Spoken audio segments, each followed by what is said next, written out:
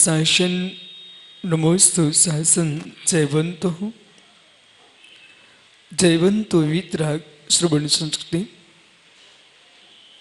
भगवत अरहत परमेश्वर जिनेश्वर देव ने वस्तु तत्व को जगती की प्राणी मात को सुपर कल्याण हित सहज भाव से प्रदान किया है। वही जीव धन्य है, जीवन में सत्य को समझ लिया है। सत्य उतने ही प्रकार का है जितनी प्रकार का असत्य है। अनंत प्रकार का असत्य है तो मित्र अनंत प्रकार का सत्य है।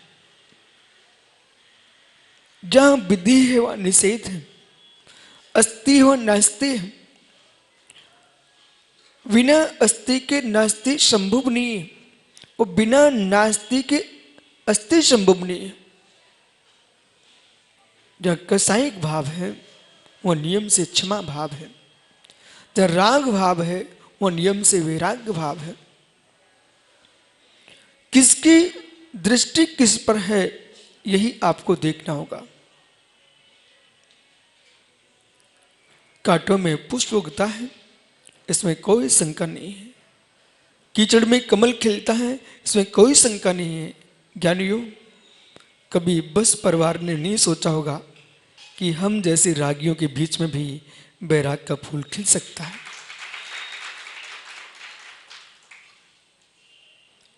आज ऐसा मत सोचना कि मेरा बेटा जा रहा है। ऐसा सोचना कि जब एक माँ देशभक्ति से तो अपने बेटे को सेना में भेजती है, आप अपने बेटे को अरहंत की सेना में भेज रहे हो कि जिन शासन की प्रभाव न कर। ऐसा भाव बनाना भैया। बालक मार्ग कठिन है, लेकिन बैरागी के लिए राग कठिन होता है, बैराग्य सरल होता है। बैरागी के लिए राग बहुत कठिन होता है, पग पग पर उसको कठिनता दिखाई देती है, और रागी को बैराग का हर पल कठिन दिखाई देता है। यही कारण है कि जिसके अंतस में तत्व निर्णय जागृत हो चुका है, वही गुरुपदेश से बोला, पानी की बूंद हो और जमीन को गीला करके बीज को अंकुरित ना करे तो पानी की योग्यता क्या। जिनवाणी प्राप्त हो और जीव के अंदर बैराग का अंकुर न हो तो जिनवाणी का प्रभाव कैसा। 4 महीना आदित्य सागर को सुना और निखिल भैया, अवरिल भैया पे मुनिराज बन गए। अब तीसरे विनय भैया मित्र, साधक के उपदेश का यही प्रभाव है कि उन्होंने आदित्य सागर जी ने आपको उपदेश दिया, और बड़ी विशेषता ये है अपने पास ना रख करके गुरु के पास भेज दिया। मूलाचार में यही लिखा है,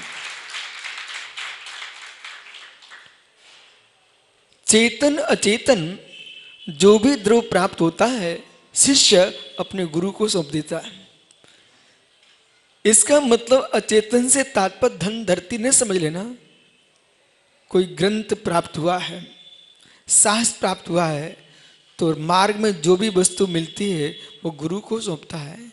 शिष्य मिलते चेतन, वो भी सौंप देता है।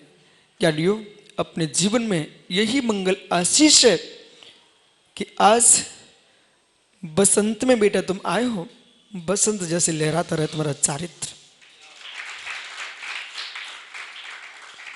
और वहां आए मालूम आपको, जहां तीर्थंकर महावीर की शिष्यता को स्वीकार करने के लिए गौतम स्वामी मगध में आए थे, और राजगिरी यहां दूर नहीं है, आप गया में आए हो।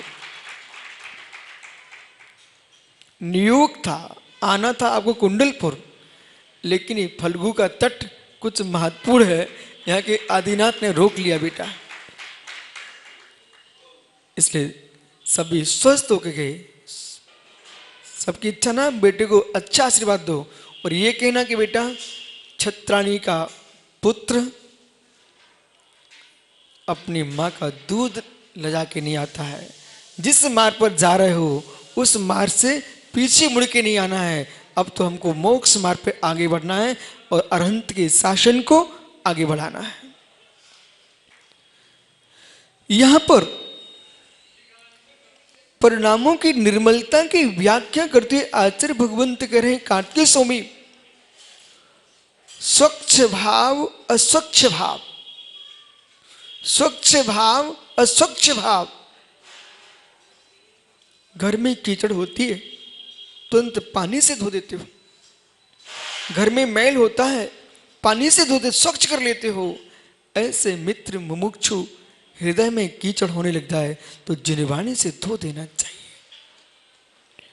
वह नीर जिनवाणी है जिसके माध्यम से कोटि कोटि भवों के पाप का पंख जो है क्षण मात्र में समाप्त हो जाता है, आत्मा स्वच्छ होती है। पुण्य कर्म को स्वच्छ कर्म का है और पाप कर्म को अस्वच्छ कर्म का है। माना कि कोई पुरुष सुंदर फर्श पर बैठा हुआ बालक चौरे और मूंगफली के छिलके फेर रहा हो, तो धीरे से पवन अध्यक्ष जी कहते हैं बालक तू मूंगफली खा रहा है अच्छी बात है, लेकिन इतना तो ध्यान रख एक स्वच्छ फर्श को पर क्यों फैला रहा है, एक किनारे रख ले, उठा के फेंक के आ। एक मूंगफली के छिलके को तुरंत ही आप कहते हटा के आइए, यानी कमरे में कहीं गंदगी आ जाए तुरंत पोंछा लगाते हो। ऐसे कोटि कोटि भवों से चित्त में जो गंदगी हो रही है उस पर चारित्र का पोंछा क्यों नहीं लगाते हो। संयम का पोंछा लगना चाहिए। और ये भी सत्य है, जिस परिवार में जिस नगर में एक त्यागी हो गया ना फिर तो लाइन लगती है। अब विशद सागर बोले थे ना कल कि हमने सब काम प्रारंभ किया है, तो मित्र के छतरपुर में भी दीक्षा के रूप में नहीं प्रारंभ किया।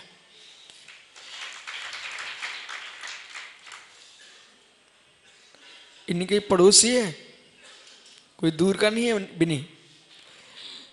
मित्र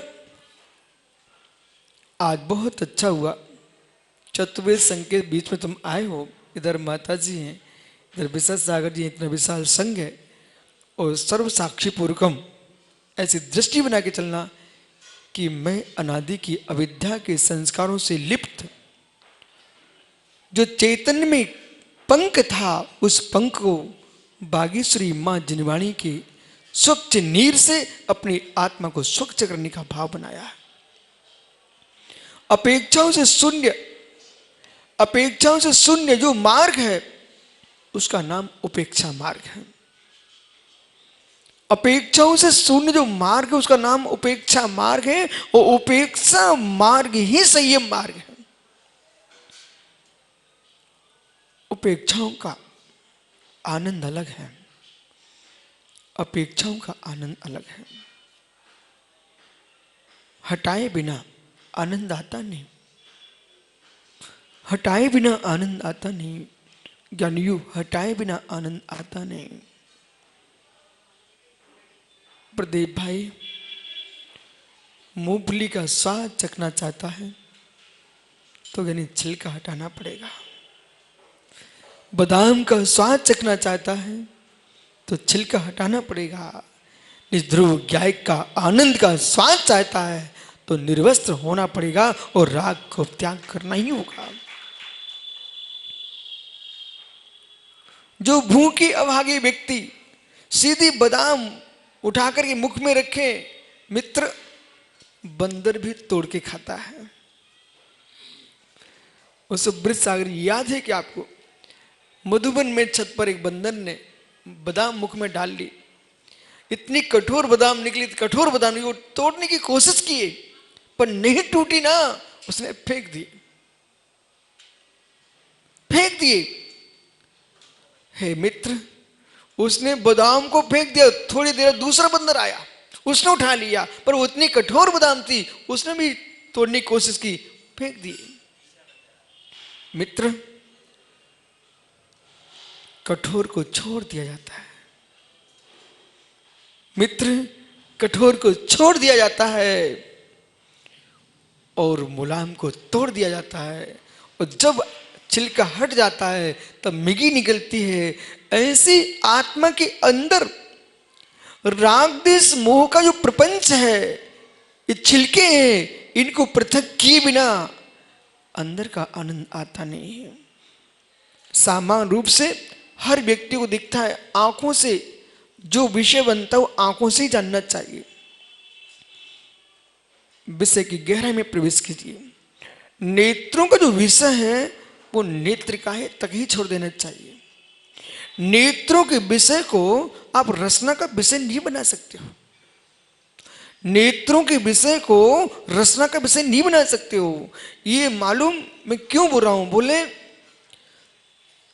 जैसे आप कपड़े पहने हो ऐसे भाई लोग कपड़े पहने। जैसे बिनी बैठा है, उसका बड़ा भाई भी बैठा है, चाचे का लड़का भी बैठा है, वो पूरी समाज देख रही है। एक बालक आया है, आके बैठ गया, आप आए आके बैठ गए। इतने मुनिराज, आचार्य परमेष्ठी, गणनी माता, माता जी, इतनी श्रावक श्रावकाएं आकर के बैठ गए। कुछ ऐसे भी लोग होंगे जो जैन भवन के नीचे विचार कर रहे हैं, ये लोग प्रतिदिन क्यों आते हैं? हो गया एक दिन प्रवचन, महीनों महीनों से सुन रहे हैं। ऐसा भी सोच सकते लोग, सोचना भी चाहिए। हे मित्र, एक व्यक्ति के हाथ में गिलास है, उस गिलास में दूध भरा हुआ है और दूध सफेद दिख रहा है, तो सौ दुर्मंत्र कहते क्या है, सफेद दिख रहा, इसमें क्या आश्चर्य? किस इंद्री से देख रहा है? चक्षु का विषय है, चक्षु का विषय है। जो दूध पी रहा है उसे मालूम इसमें क्या है। जो दूध पी रहा है उसे मालूम इसमें क्या है। ऐसे ज्ञान योग, क्योंकि दिखने में तो द्रव्य है। नेत्र का विषय रंग को निहारना है, नेत्र का विषय वर्ण को देखना है। नेत्र का विषय ही नहीं है स्वाद को बता दे। नेत्र का विषय वर्ण देखना है, स्वाद बताना नहीं है। ऐसे मुमुक्षुओं नेत्र जैसे स्वाद नहीं बता पाता है, ऐसे रागियों को वैराग का स्वाद का पता नहीं होता है। तो दूध पी के देखता उसे मालूम चलता है कि सफेद ही नहीं है, अंदर आनंद है। ऐसे मित्र, वस्त्र छोड़ के बैठना नेत्र का विषय है, बस थोड़ा जो अनुभूति होती है वो आत्मा का विषय है।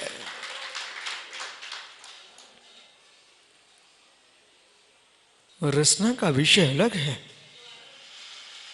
और चक्षु का विषय अलग है। एकत्र तो नहीं देख सकते हो।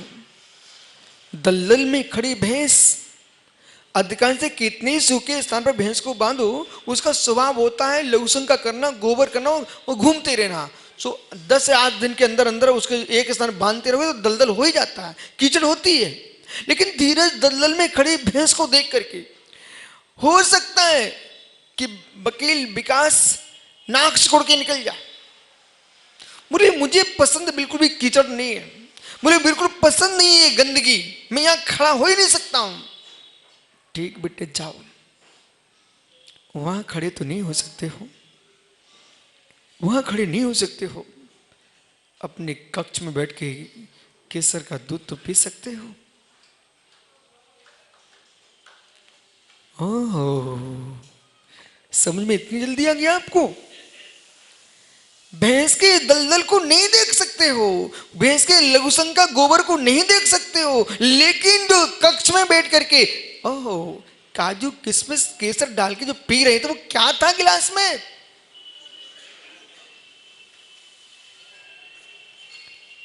विशेष सागर जी, जैसे ये विकास भाई दलदल को नहीं देखता पर केसर का दूध तो पीना जानता है, ऐसे मुमुक्षु जिनको चारित्र दलदल लगता है, केश लंचन दलदल लगता है, मुनिराज दलदल लगते हैं, उन ज्ञानियों से पूछो जो बैठ के जिनवाणी पढ़ते हो और भगवान आत्मा कहते हो, ये दूध कहां से आया है?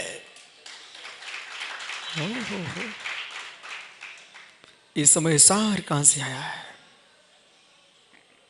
ये प्रवचन सार कहां से आया है?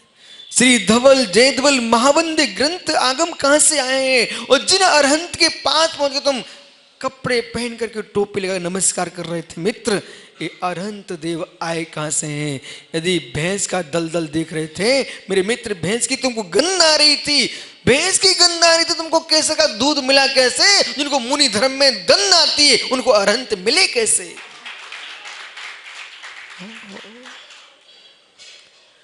श्रमण श्रमणियों को देख करके जिनकी नाक सिकुड़ती है, उन्हें विचारों को ये मालूम नहीं है दूध आता कहां से है। मुझे तो मात्र जिनवाणी पसंद है, शक्तिस्थान पसंद है। हे ज्ञानी,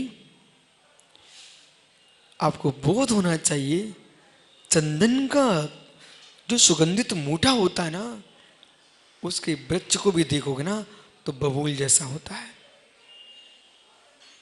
चंदन का जो वृक्ष होता है, बिन्मी के भैया, चंदन का बेटा वृक्ष होता है कर्नाटक में, कनकगिरी में। वहां के भट्टारक जी ने मुझे दिखाया, गुरुजी ये चंदन का वृक्ष है। चंदन के वृक्ष में, बबूल के वृक्ष में ऊपर से रंग देखने में कोई अंतर नहीं दिख रहा था। मैंने कहा ये चंदन है? बोले हाँ ये चंदन है। मैंने कहा सुगंध? बोले ऐसे पता नहीं चलता, ऐसे मालूम नहीं चलता। चंदन के वृक्ष में, बबूल के वृक्ष में जो छाल होती है समान होती है। बोले कैसे? कोयल और कौवे के रंग जैसे, कोयल कौवे के रंग जैसी। कोयल जब तक बोले नहीं तब तक कौवे कोयल का पता नहीं चलता, और मेरे में जब तक छीले नहीं तब तक बबूल और चंदन का पता नहीं चलता है। ऐसे ज्ञानियों मनुष्य सामान दिखते हैं, तो भेद विज्ञान जगे ना और चारित्र उदय घाट होना, केवल्य प्राप्त होना, तब तक मनुष्य में मनुष्यों का बोध नहीं होता है कौन सा अंतरात्मा, कौन सा बहिरात्मा, कौन सा परमात्मा है। इसलिए ऊपर से देख के मत भाग जाइए, इसलिए ऊपर से देख के मत भाग जाइए, ऊपर से देख के मत भाग जाइए। बालक सुन रहा कुछ?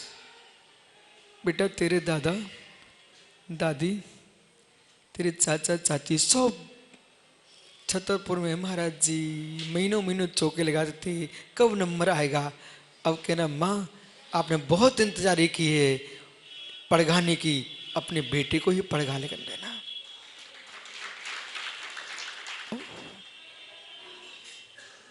अध्यक्ष जी, अजमेरा जी, नन्हे से महाराज जी तुम्हारे सामने खड़े हो जाए कैसा लगता है?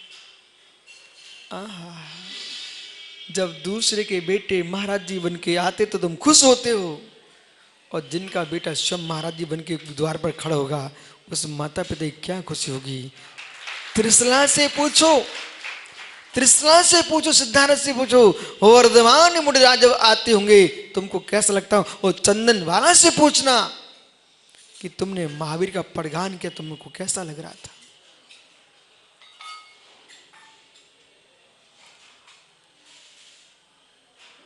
ये माँ के आंसू नहीं है, ये अंदर की भाव है। सुनो गया की माताओं, तुम क्यों नहीं सोचते ऐसा, ऐसा दिन मेरे घर भी आए कि मैं भी अपने लाल को सौंपने जाए।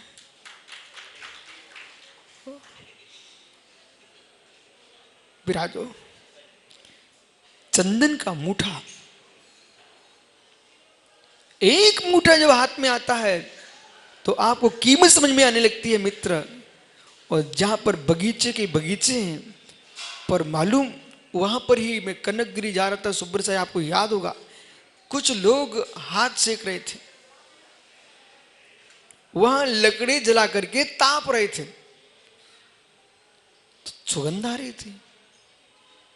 ज्ञानी संसार की लीला ऐसी है, वो मलियागिर कहलाता है। मलियागिर की भीलनिया चंदन के लकड़ी से अपने कपड़े पीटती, कपड़े धोती, कपड़े। ज्ञानियों और गया के लोग चंदन की लकड़ी से तिलक लगा तो भगवान की पूजा करते हैं। ज्ञानियों, ऐसी जगह निवास करो जहां तिलक लगाया जाए, ऐसी जगह निवास मत करो जहां कपड़े धोए जाए। कीमत नहीं है, कीमत नहीं है जीव को, पर कार्तिक स्वामी कह रहे यहां पर है मित्र, स्वच्छता। स्वच्छता यानी अभी तक आपने पुण्य पाप दो शब्द सुने हुए हैं, पुण्य पाप दो शब्द सुनिए हैं। आचार्य कार्तिक स्वामी ने पुण्य पाप के लिए नया शब्द दिया है, स्वच्छ कर्म, अस्वच्छ कर्म। स्वच्छ कर्म यानी पुण्य कर्म, अस्वच्छ कर्म यानी पाप कर्म। अब कौन सा जीव पापी है और कौन सा जीव पुण्यात्मा है, उदय रूप में देखना और स्वभाव रूप में देखना। उदय रूप में देखना, स्वभाव रूप में देखना। कोई जीव धन संपत्ति संपन्न है, आप धीरज कहते महाराज जी बड़ा पुण्यात्मा जीव है, ललित सेठी तुरंत माला पहना देते उसको, बोले पुण्यात्मा जीव है, ये उदय रूप पुण्य है। मित्र, जो जिनालय में पूजा कर रहे हैं, अभिषेक कर रहे हैं, मुनियों को दान दे रहे हैं, जिनवाणी का स्वाध्याय कर रहे हैं, संयम की ओर बढ़ रहे हैं, मित्र उनका सम्मान और ज्यादा करना चाहिए। ये भाव पुण्य है। ये क्या है? ये भाव पुण्य है। होता ये है, कोई नेता है ठीक, वो भी आवश्यकता है आपके व्यवहार में, लोक व्यवहार में, लेकिन कभी कभी ना हेमंत भैया, पंचकणक में जब सबके सम्मान हो, आप दृष्टि में रखना, जो साल भर मंदिर में पूजा करते हैं, इन लोगों को जरूर एक दिन बुलाना।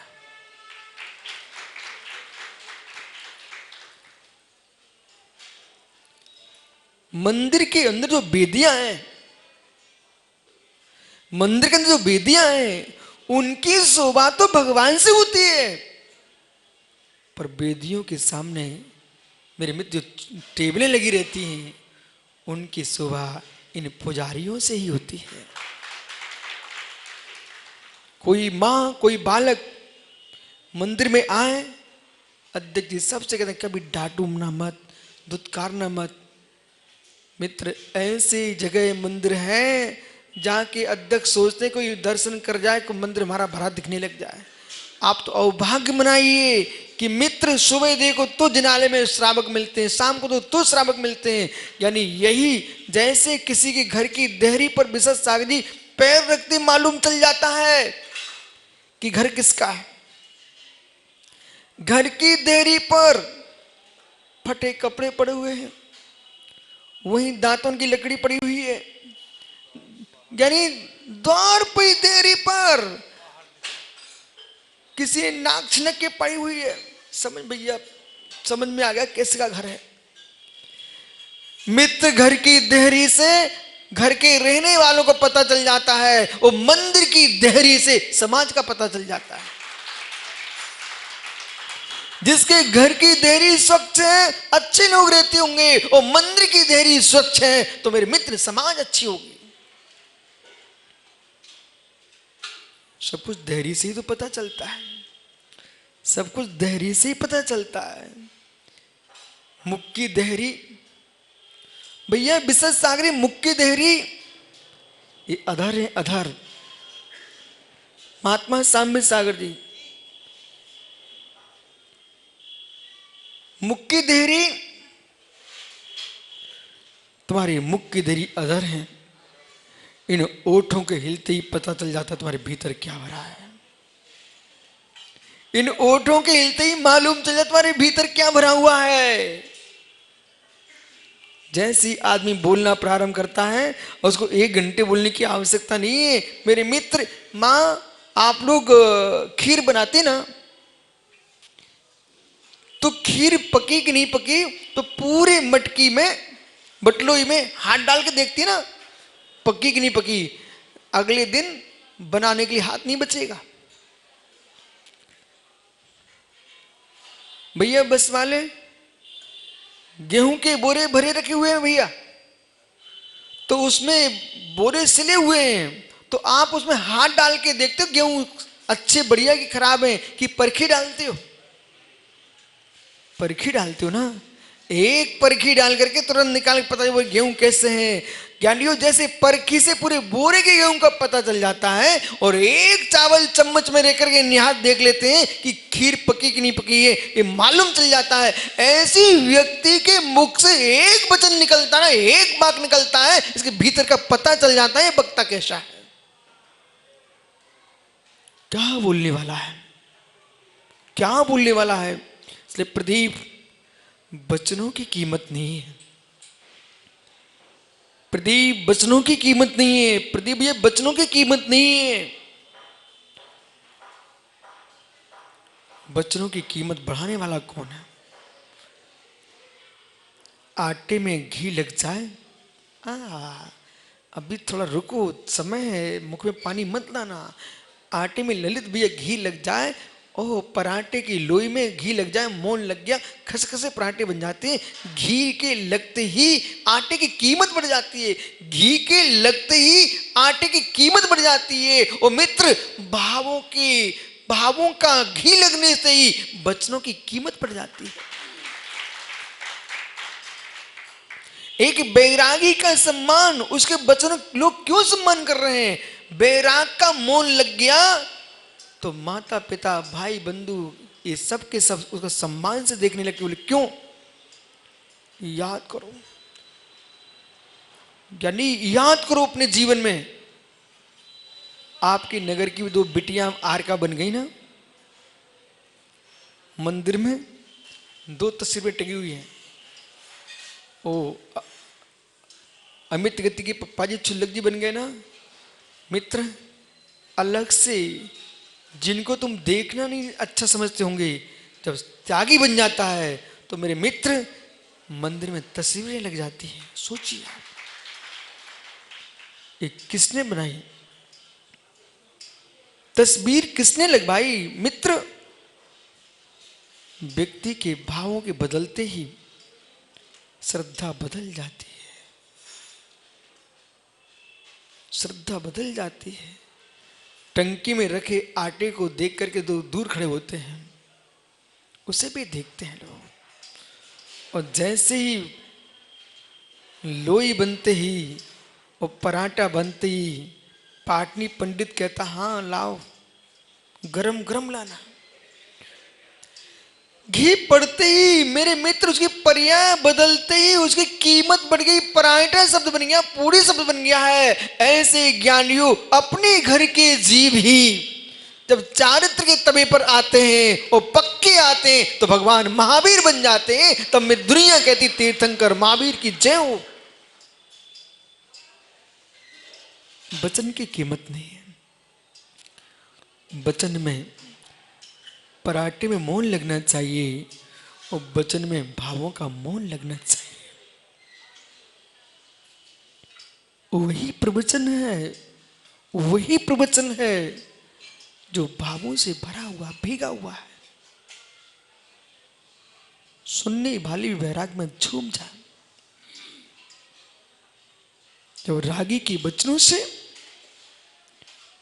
संगीत सुनते ही घोड़े नाचने लगते हैं। वे सारे का मैं पादानी सा बोलना नहीं जानते पर समझना जानते।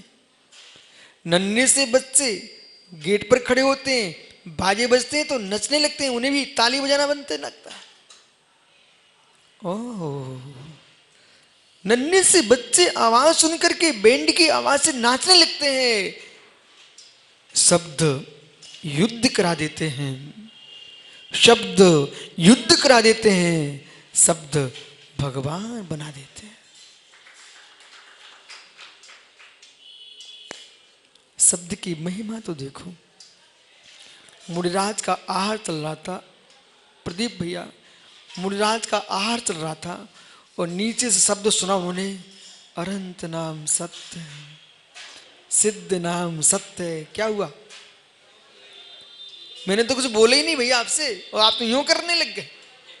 मुनिराज के यहाँ चल रहे थे और नीचे आवाज आई, अर्यंत नाम सत्य, सिद्ध नाम सत्य, राम नाम सत्य। नाम शब्द सुनते ही न किसी ने हाथ पकड़ा उनका, कुछ भी नहीं किया, शब्द सुनते ही,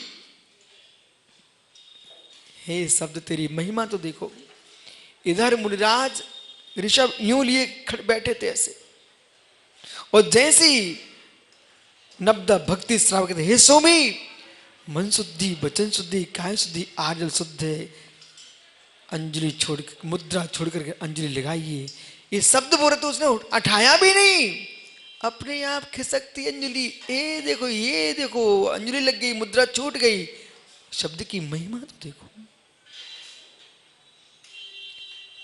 देह के माध्यम से जो काम होता है उसमें बहुत पुरुषार्थ करना पड़ता है, बहुत ताकत लगती है, और वचनों से जो काम होता है वो शीघ्र हो जाता है।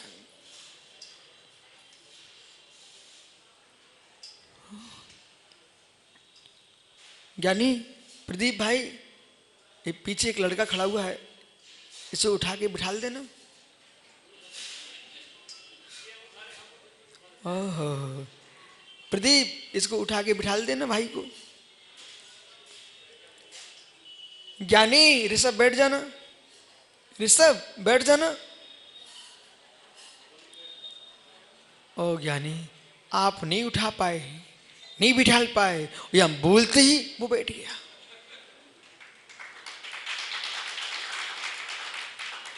प्रयोग करिए ज्ञानी। एक काला नाग, उससे तुम कहो हे नाग नाच के बताओ, हे नाग नाच के बताओ, हे नाग नाच के, नहीं नाचेगा। तुम बीन बनाना, बीन बजाना प्रारंभ कर दो। मित्र कभी मत कहना नाग नाचो, नाग नाचो, अपने आप नाचने लग जाएगा। ऐसे ज्ञानियों किसी से मत कहो चुप रहो चुप रहो, यानी अपनी बीन बजाना प्रारंभ कर दो, ये सारे नाग अपने आप नाचने लग जाएंगे। तुम्हारे घर में ऐसी आवाज गूंजे, जब सपेरे की टोकनी का नाग नाच सकता है, सपेरे की टोकनी का नाग नाच सकता है बीन की आवाज सुन करके, तो तुम्हारे घर के लोग तुमसे प्रेम से ना नाचे, तुम्हारी आवाज में बीन की में कमी है। जिनके घरों में रोज झगड़े होते हो, जिनके घरों में प्रतिदिन एक दूसरे इधर उधर भागते हो, इसका मतलब है तुम्हारे पास बीन नहीं है। प्रदीप खाना खा लिया, खा ले, भूखे मर जाएगा। मैं नहीं खाऊंगा तो कौन खाएगा, बैठ जा खा ले। अध्यक्ष जी पेट भर गया है, मैं जाता हूं। बोले ये खा ले, हमारे यहीं तो खाने को मिले, कहां मिलेगा तुझे, खा ले। बोले साहब जाता हूं। उतार पहले दिया, वो उतरता नहीं है तुम्हारा गिलास। समझ में आया पुरुष सागर जी? पहले उतार दिया, अब गिलास कहां से उतरे? हाँ, और अध्यक्ष साहब ने हाथ जोड़ा, अभाग्य मेरा होगा। ऐसा अवसर कब कब मिलता है कि अतिथि घर में पधारे। अतिथि देवत्व का रूप है। प्रदीप उपकार करो मेरा, मेरे घर का एक टुकड़ा तुम जैसे धर्मात्मा के मुख में चला जाए, जरूर आप पधारें। पेट भी भरा होगा ना, तब भी कहेगा अध्यक्ष जी सही में मेरी भूख तो नहीं थी, लेकिन आपके बोलने की भाषा ने मुझे हाजमोला की गोली बन गया है, जितना भरा था वो खाली हो गया, अब जरूर खाने चलूंगा। इसलिए मित्र हाजमोले की गोलियां मत खिलाओ, वाणी का माधुर्य पिला दो, अपने आप से बच जाएगा। भगवान कार्तिकेय स्वामी कार्तिक परीक्षा जी महान ग्रंथ में उसी गोली की व्याख्या कर रहे हैं। भाषा से बोध होता है कसाई का, भाषा से बोध होता है मंद कसाई का। और नरेंद्र भैया एक समय की किसी भाषा को देख निर्णय मत करना, मित्र दूसरे समय बदल सकता है। धीरज आपके पिताजी घर में ऐसे ही खड़े रहते हैं। सोच भाई, बेचारा कितना गरीब जैसे खड़ा हो जाता है। गुरु जी, छोटे से त्यागी के सामने भी। तब मैं महाराजों से कहता, महात्माओं, समाज के भयो वृद्ध लोग जब आपसे कहे स्वामी, उसमें आपको अपनी युवावस्था देखना चाहिए और देख करके सोचना चाहिए कि ये वृद्ध जन इस युवा शरीर को प्रणाम कर रहे हैं, ये देह की वंदना नहीं कर रहे हैं, तुम्हारे भगवत स्वरूप की वंदना कर रहे हैं।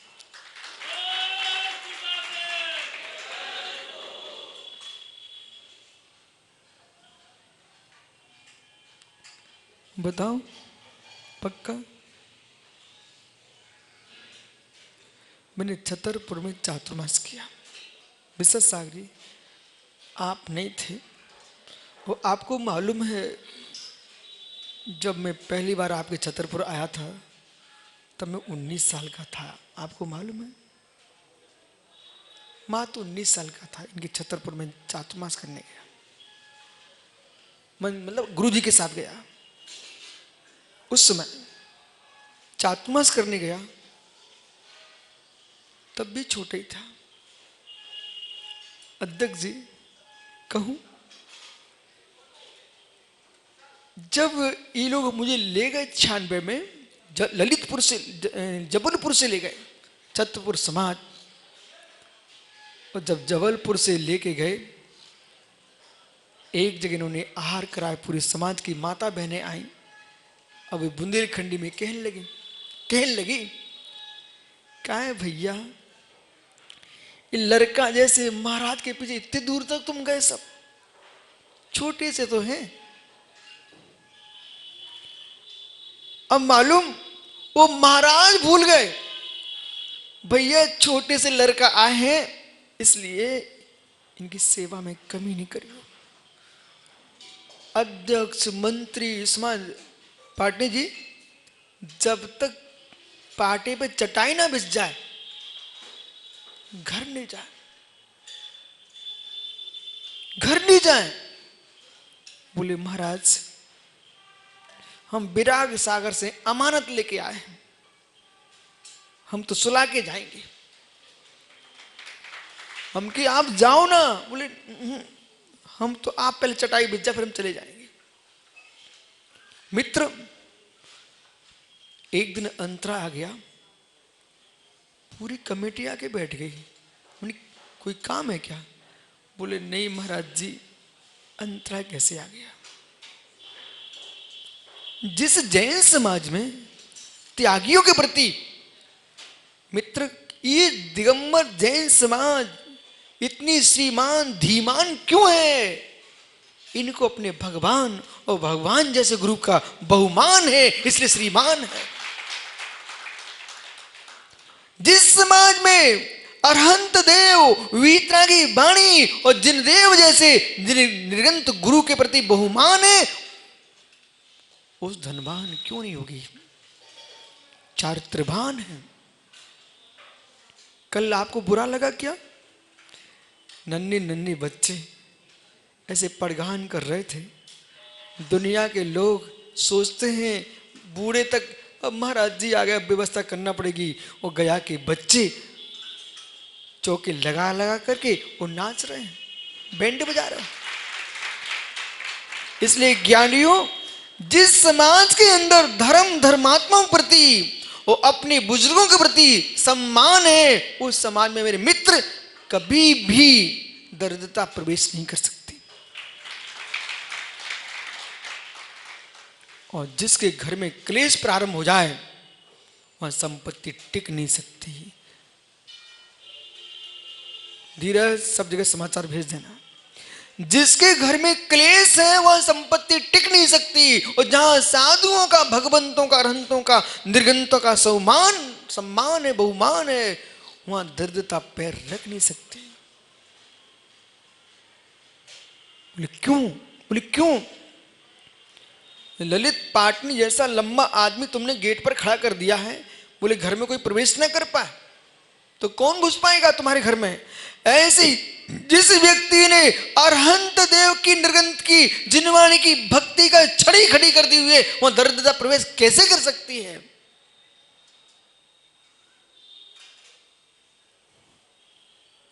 निर्गंतों का सम्मान, त्यागियों का सम्मान। बिनी का भैया देख बेटा, खड़ा हो जाना। संघ में भर्ती होने कौन आया है? बिनी आया ना, छोटा भैया। लेकिन माला तो तेरे कंठे में है। माला तो तेरे कंठे में बेटा। उसने तो माला और एक कुंडल पहने तो वो भी उतार के मम्मी को पकड़ा दिए, अपनी मां को। लेकिन सम्मान तो तुम्हारा हुआ है। ये धर्म की महिमा तो देखो बेटा। घिसा जाता चंदन है, घिसा जाता चंदन है, और सुगंधित होता माथा तिलक लगाने वाले का। ये निर्गंत योगेश्वर दिगंबर है। एक भी दिगंबर जैन समाज दिगंबर नहीं है। इनके गुरु दिगंबर हैं, निर्वस्त्र हैं, ठंडी गर्मी सहन करते हैं, परंतु मेरे मित्र सहन कोई करता है और समाज दिगंबर कहलाती है। अलग से सम्मान होता है दिगंबर जैन समाज। महाराज नहीं भी होते, मंदिर में लिखा दिगंबर जैन मंदिर। शासन की सीट पर भी रजिस्टर लिखा हुआ है। गया में कितने जैन मंदिर है तो उसमें लिखा है दिगंबर जैन मंदिर पारसनाथ। दिगंबर जैन मंदिर, बड़ा मंदिर का नाम क्या है? पुराने गया जी दिगंबर जैन मंदिर लिखा ना। ओहो मित्र, अरहंत दिगंबर, सिद्ध दिगंबर, गुरु दिगंबर, पूरी समाज पहने अंबर, फिर भी कहलाती दिगंबर। ये किसकी महिमा?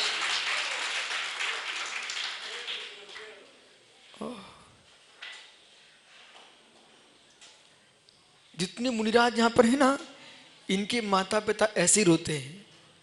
और जब दीक्षा के बाद जब अच्छे मुनिराज बन के आते हैं ना, मैं पूछ लेता हूँ माँ कैसा लग रहा है? बोले महाराज बड़ा उपकार किया, हम तो जगत की अम्मा बन गए, अभी तो 2 ही के मंगमा थे। ओह विराजो ज्ञानी, किसकी महिमा है? प्रसम सागर जी है मित्र। जो मित्र मुख नहीं देखते थे, वे भी कहते पम जा रहा है। इनका नाम पम था भैया, मुझे मालूम नहीं था। ये छुल्लक जी बनके मेरा इंदौर में प्रवेश हुआ तो थोड़ी दूर इनका कोई मित्र गाड़ी से जा रहा था, मोटरसाइकिल से, बहुत इंदौर से बहुत दूर पर अचानक निकल पड़ा। ये हमारे साथ छुल्लक जी चल रहे थे। उसने दूर से देखा, फिर देखा, फिर देखा, आकर कहता पम तुम ये क्या कर लिए? मैंने कहा अरे तुम पम हो प्रसम, तुम्हारा नाम भी फिर ठीक रखा गया। उसने बताया कि ये पम। मैंने पूछा ये कौन है? बोले मेरे हमारा मित्र पम। ओहो, इसलिए पम जी। जैसे पानी को बच्चे पम बोलते ने, ध्यान में पम होता है, ऐसे पानी जैसे शीतल रहना पम। इसलिए तुम्हारा नाम भी प्रसम है।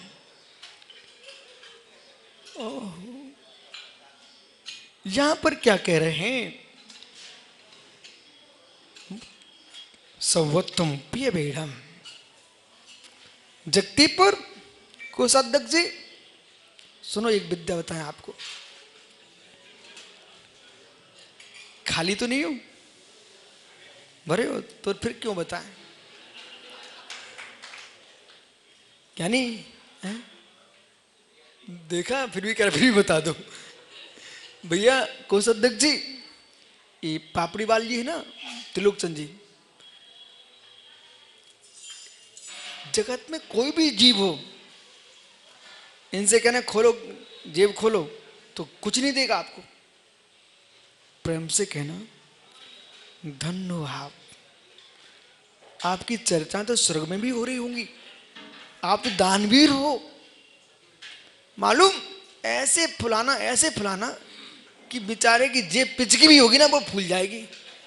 तुरंत निकाल के देगा, भैया नरेंद्र आ जाना कोषाध्यक्ष जी मेरे पास, थोड़ा रखा है दे दूंगा आपको। ओ हो, मुरझाया सांप टोकनी में, बेचारा चिंता में डूबा रहता है। उसका फण देखा जब मुरझाता है ऐसे सुखड़ा रहता है। जैसे ही बीन बजती है, वकील ओ क्या चमकता है उसका सांप का फन। यानी ऐसे ही आप जगत में मांगने मत जाओ, बीन बजाने जाओ। कहीं दान भी लेना हो ना तो मांगने मत जाओ कि मुझे पैसा चाहिए तुमसे, कभी नहीं मांगना। भिखारी थोड़ी से मांगे, तुम तो ये कहना हम भिखारी नहीं तुम्हारे द्वार पे मांगने आए, हम तो तुम्हारा पुण्य बनाने आए, ये पाप का द्रव्य तुम्हारा मंदिर में लग जाए। ओहो मालूम। सो अपने आप सोचेगा, अब कोई हमसे कहे महाराज जी आप तो आहार लेने मेरे यहाँ आते हो ना, नहीं हम तो अपने भाग्य का लेने आते हैं। वो भाग्य तुम्हारा है कि तुमको दान लेने का अवसर मिल जाता देने का। क्या रहस्य खोल रहे हैं, समझ में आ गया। तो सबसे पहले कहां जाओगे? ओहो हेमंत पाटनी यहाँ जाने सबसे पहले कहना ज्ञानी खूब बोली लगवाई तूने, धन्य तेरा भाग्य। अब मैं सोचता हूं कोई तेरी नहीं लगा। जब मालूम जब निमंत्रण चलता ना, अमुक जी आए अमुक जी आए, तो फिर संचालक शांत हो जाता है। वो सोचता कोई दूसरा बोल दे तो हमारा ही ले सिर पर चढ़ा दूं। ऐसे ही आप कहना भैया तूने सबकी तो बोली लगवा दी, अब तेरी मैं लगवा देता हूं। प्रिय वाक्य, मधुर बोलने से विश्वास मानो, मधुर बोलने से विषधर भी शांत हो जाता है, और कटुक बोलने से सगा बेटा भी बिस्तर हो जाता है। उससे बेटों को भी प्रेम से बोलने लग जाओ तो बेटे मेरे मित्र, बेटे मेरे मित्र, पड़ोसी तो मात्र कांधा लगाएगा, बेटा तुमको रोटी खिलाएगा। माँ मेरी बात सुन लो, तुम्हारे लिए मैं कुछ कह रहा हूं। जितने प्रेम से अपनी बेटी से बात करती हो, विश्वास में माँ बेटी तो लेकर के पोटली बांध के अपनी ससुराल चली जाएगी। इतने प्रेम से बहू से बोलो ना तो रोज रोटी खिलाएगी। सत्य है, ईमानदारी से बोलो सत्य है। ओह सत्य है, और जोर से बोलो। राहुल देखो गया की माता क्या बोल रही हैं। मैंने पूछा बेटी को जितना दुलार देती हो वो तो पैसे लेकर के ससुराल चली जाती है, वो दे दो मां दक्षिणा, हमारा क्या जाता है। लेकिन इतने प्रेम से बहू से बात करें तो मालूम बहू सोने के थाल में इनके पैर पखारे, लेकिन परमेश्वरियों को बोलती नहीं मिलता। बिटिया काम नहीं करे तब भी कहती दिन भर काम करती है, और बहू दिन भर काम करे तब भी कहती कुछ नहीं करती, खाती रहती है। अब ये तो इनकी बुद्धि है, क्या करे, काम बनाने के लिए प्रीति प्रेम से बोलना सीखो, प्रीति देना सीखो। यदि बछड़ा खत्म हो जाता है किसान की गाय का, तो दूध तो निकालनी है, इंजेक्शन नहीं, उसको प्रेम से खिलाता है और मेरे मित्र पलाता है, तो वो भी बिना बछड़े के भी गाय के आंचल में दूध आ जाता है। सत्य है, सत्य है। इसलिए सुब्रत साहब जी इन अपने गुरु भाइयों को कहो कि पलाना सीखो। ये तो ज्ञानी जी है, मित्र पलाना सीखो, पलाना सीखो।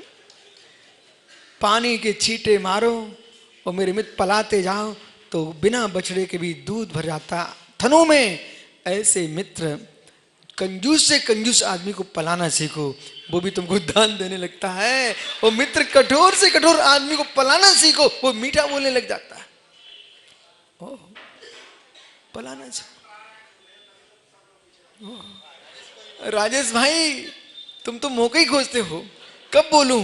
राजेश भाई इतने नन्हे नन्हे से बच्चे सुहावने दिगंबर मुनि हो, हम तो छोटे में तड़प जाते थे कि एक महाराज के दर्शन हो जाएं। ये नन्हे नन्हे मुद्राज ये कैसे रहेंगे, इसे चींटा नहीं मारोगे तो बेचारे सूख जाएंगे।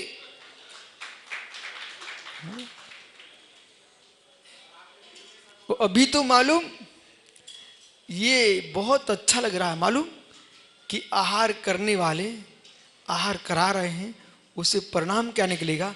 अब जितने ब्रह्मचारी चौका लगा रहे ना, अब ये महाराज बनेंगे ना तो बड़ी शांति से आहार करने जाएंगे। बोले क्यों? इन्हें एक एक को मालूम है कढ़ाई कैसे घुमाना पड़ती, चम्मच इनको कैसे मालूम, रोटी कैसे बनाना पड़ती है। तो कहीं देर भी हो जाएगी ना तो सोचेंगे भागो मत, बहुत कठिन काम है। बोला सुन रहा कि नहीं? बिना चौका लगाए वो खाने पहुंच गए, तब तक आदमी बोला पता नहीं चलता कि कितनी मेहनत लगती है, और फिर अपने घर की लीला अलग होती है। इसलिए प्रत्येक त्यागी को चौका लगाना चाहिए। क्यों? जिससे बोध होता है कि श्रावक कितनी मेहनत करता है। आइए, इसलिए ज्ञानियों, जिनवानी मां क्या बोल रही है, बेटा मीठा बोलना सीखो। बेटा खाने में मीठा ना दे पाओ बड्डू भैया, कोई चिंता मत करना, भले तुम एक मीठा कम कर दो लेकिन बोलने में मीठा कम मत करना। अमित कहती भैया भले घर में तुम्हारी 50 मिठाई ना बन पाए तो चिंता मत करना, लेकिन इतना मीठा बोल देना कि खाने वाला मिठाई भूल जाए और मीठे कोई खाना प्रारंभ करे। आवाज को कोयल क्या सुनाती तुमको, क्या खिलाती है? कुछ भी नहीं खिलाती, मीठा बोलती है, दुनिया खड़ा हो जाता वहां पर। आप पाटनी को माइक क्यों सौंपते हो? मीठा बोलता है। ओ देखा? ओ, परंतु मालूम जो और भी गाने बजाने वाले होंगे ना, वे जरूर सोचते होंगे ये परमेश्वर हमें माइक ही नहीं देता है। तुम चिंता नहीं करो, हम सब ठीक कर देते हैं। लेकिन सबसे कहना मां समय समय समय। इसलिए पाटनी जी, पंचकड़क में समाज का कोई भी सदस्य सम्मान से दूर न रह जाए, उससे कहना मित्र तेरा सम्मान करूं कि भगवान का सम्मान करूं? तू भगवान का सम्मान कर लेगा, तेरा सम्मान अपने आप हो जाएगा। कोई छूटना चाहिए। एक एक घर के एक एक सदस्य का नाम लिख लेना भैया, और बताता हूं मैं कैसे बोलोगे आप। कभी किसी का मौका दे के, कभी किसी को बुला दे, कभी किसी को बुला दिया, अपने आप लोग कहेंगे। फिर मालूम जो सोच भी रहे होंगे ना अब इसको हटाना है, भैया यही बढ़िया है। संसार की लीला यही है, आप विश्वास मानिए। कभी कभी सोने की कटोरी अच्छी लगती है, पर सोने की कटोरी भी सूनी रखी हुई थी और मेरे मित्र पत्तल भरी रखी हुई थी, तो अच्छी कौन लगेगी? भूखे आदमी को उसमें सोने की कटोरी अच्छी नहीं लगती, वो भरी पत्तल अच्छी लगती है, और फिर कहता पत्तल का खाना बहुत अच्छा लगता है। क्यों? भरा हुआ है ना, इसलिए। ऐसे ज्ञानियों दुनिया में भरे होके आओ, दुनिया को तुम अच्छे लगोगे। जो वृक्ष फलों से लदा होता है उसकी वो दुनिया देखती है, जो वृक्ष फलों से लदा होता है उसको दुनिया देखती है, और वृक्ष सूखा होता है उसे कोई नहीं देखता। इसलिए ज्ञानियों भावनाओं से भर जाओ, भावनाओं से भर जाओ। प्रमोद भैया छतरपुर, मित्र भावनाओं से भर जाओगे और भक्ति से भर जाओगे। आप विश्वास बनो, मनुष्य गति के मनुष्य तुम्हारी क्या प्रशंसा करेंगे, स्वर्ग का देव भी तुम्हारी प्रशंसा करने आएगा। विराजो ज्ञानी कम्मम सौवती प्रिय भेड़म। पहचान बना रहे, आप पहचान बता रहे हैं, एक प्रमाण पत्र दे रहे हैं। किस बात का? सौवम प्रिय भेड़म। मंत्री जी के बड़े भैया, ये बच्चों में बच्चे होके आते हैं। भैया ऐसे बच्चों को उत्साह भरते रहना, ऐसे उत्साह भरते रहना, ये सोच के मेरे पिताजी ने मुझे संस्कार दिए हैं, हम अपने समाज के बच्चों को संस्कार देंगे।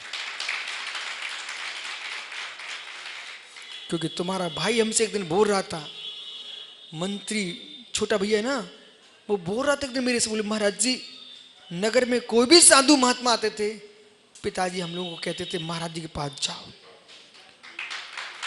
यदि आपने अपने बेटे नहीं भेजे तो पिताजी का कर्ज तुम्हारे सिर पर चला जाएगा। जिसके माता पिता ने ये सिखाया हो तुमको कि मंदिर जाना है बेटा, और तुमने अपनी संतान को नहीं सिखा पाए, तो मेरे मित्र तुमने बाकी सब ले लिया पिताजी का, पर ये संस्कार क्यों नहीं ले पाए? जितने यहां बैठे हो ना, और देश में जहां जहां बैठे लोग सुन रहे हैं, उन सबका कर्तव्य है तुमने अपने माता पिता से संस्कार पर प्रवचन सुनना। अपने बेटों से तुम नहीं कह पा रहे हो तो तुम पिताजी के कर्जदार हो। बाकी आप देख लो। बोले ज्ञानचंद जी कर्ज उतार रहा कि नहीं उतारा? याद कर, तेरे पिताजी लुटिया में दूध लेके घूमते थे महाराज जी के पास। याद कर भाई, तू यहां बैठा है। सुब्रत सागर जी इनके पिताजी लोटे में घर से दूध लेके कहां कहां महाराज जी हैं, वहां दूध देने जाते थे महाराजों को। मित्र याद कर, भूल मत जाना। आंखों में आंसू डालने की नहीं बोल रहा हूं मैं, इसलिए बोल रहा हूं भूल मत जाना। अपने पिताजी के संस्कार पम चार को आज आहार देना बेटा, जाओ। फिर आ जाओ मंत्री भैया। मालूम, मैं सब नाटक नहीं दिखा रहा हूं, मैं आपको बता रहा हूं। प्रिय वचन बोलने से देखो भोले की आंखों में आंसू आ गए, उसको पिताजी की याद आ गई। पिताजी की याद मत करो बेटा, पिताजी के संस्कारों की याद करो। सवत पीवेडम, सवत पीवेडम, जितने बुजुर्ग यहां विराजे हैं सब अपने अपने पिताजी की याद करो, मां की याद करो। ओहो, कैसे तुमको यहां लगाया गया है मार पर। इसलिए मित्र, यदि बेटे का नाम 1000 बार लेते हो तो एक बार गए पिताजी का भी नाम ले लिया करो। पीवेडम दुब्बेणम दुजणे खमकरणम, सर्वत्र प्रिय वचन बोलता है कौन? सुप्रणामी मंद कसाई प्रिय वचन बोलता है। ओ मेरे मित्र, दुर्वचन बोलने वाला क्षमा करना। जो पुरुष दुर्वचन बोलने वाले को भी क्षमा कर देता है, धीरज, ये है अंदर का विषय। धीरज भैया, ऐसे बोलने वाले को तो दुनिया पसीज जाती है। जो यूं कहे, अरे धीरज मुझे नहीं जानता मैं कौन हूं। हाँ भैया जी जानता हूं आप मनुष्य हो। नहीं समझे मैं कौन हूं? हाँ भैया जानता हूं तुम मानव हो।